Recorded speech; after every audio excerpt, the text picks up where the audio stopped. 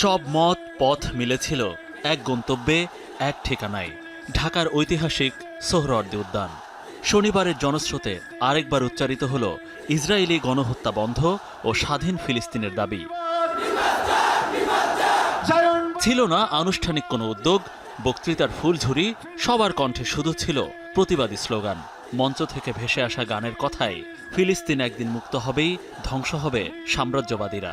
সারা দেশ থেকে যে বা যারা এসেছেন প্রাণের টানে নিপীড়িত ফিলিস্তিনিদের সাথে একাত্মতা জানাতে।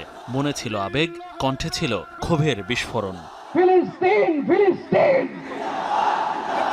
আল কুদুস আল কুদুস।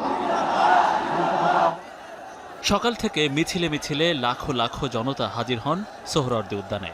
জনস্রোত উদ্যান ছাড়িয়ে ঢাকা বিশ্ববিদ্যালয়, শাহবাগ, রমনা এলাকায় অবস্থান নেয়।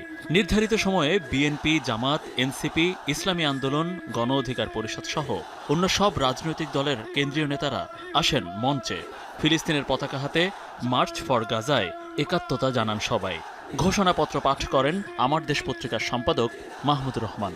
মুসলিম উম্মার প্রতিনিধিত্বকারী সর্বধর্মীয় নিকট দৃঢ়ভাবে আহ্বান জানাই, এক, ইসরায়েলের সাথে অর্থনৈতিক, সামরিক ও কূটনৈতিক সকল সম্পর্ক অবিলম্বে ছিন্ন করতে হবে। দুই, জায়নবাদী রাষ্ট্রের বিরুদ্ধে বাণিজ্যিক অবরোধ ও নিষেধাজ্ঞা আরোপ করতে হবে। কথা বলেন, স্লোগান ধরেন স্বনামধন্য ইসলামী চিন্তাবিদরাও। আমাদের মধ্যে বিভিন্ন বিষয়ে চিন্তাগত মতপার্থক্য, ভিন্নতা থাকতে পারে, কিন্তু মাজলুম ফিলিস্তিনিদের স্বাধীনতা, তাদের অধিকার, গাজার মানুষদের বিরুদ্ধে জুলুম বন্ধের দাবিতে আমরা প্রত্যেকটা বাংলাদেশের মানুষ, ধর্ম, বর্ণ নির্বিশেষে আমরা প্রত্যেকে তাদের সাথে সংহতি প্রকাশ করছি। ভৌগোলিকভাবে আমরা ফিলিস্তিন থেকে অনেক দূরে হতে পারি, কিন্তু আজকের এই জনসমুদ্র প্রমাণ করে আমাদের এক একজনের হৃদয়ে, বুকের ভেতরে বাস করে এক একটা ফিলিস্তিন।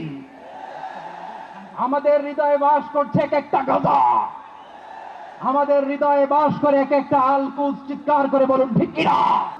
মার্চ ফর গাজা কর্মসূচির সভাপতিত্ব করেন জাতীয় মসজিদ বায়তুল মোকাররমের খতিব মুফতি আব্দুল মালেক।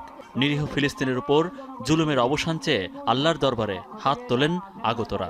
এ সময় তাদের ফরিয়াদ ও কান্নায় ভারী হয়ে ওঠে আশপাশের পরিবেশ। বাংলাদেশের সকল স্তরের সকল জনগণের পক্ষ থেকে, পুরা মুসলিম উম্মতের পক্ষ থেকে প্রতিবাদ প্রতিবাদ প্রতিবাদ। ইয়া আল্লাহ, আপনি মেহরবানি করে কবুল করেন, আপনি কবুল করেন। শিশুদের রক্ষা করেন, নারীদের রক্ষা করেন, ইয়া আল্লাহ আল আকসা রক্ষা করেন। অনেকেই বলেন বাংলাদেশ থেকে প্রতিবাদ করলে হয়তো ইসরায়েল বা আমেরিকার কানে কিভাবে পৌঁছবে। তারপরেও মঞ্চ থেকে ঘোষণা আসলো, যে ঘোষণাপত্র আসলো, তাতে বাংলাদেশের পক্ষ থেকে জানানো হলো একটি সর্বদলের, সর্বমতের একটা সুস্পষ্ট প্রতিবাদ। মনিরুল ইসলাম, যমুনা নিউজ, সোহরাওয়ার্দী উদ্যান, ঢাকা।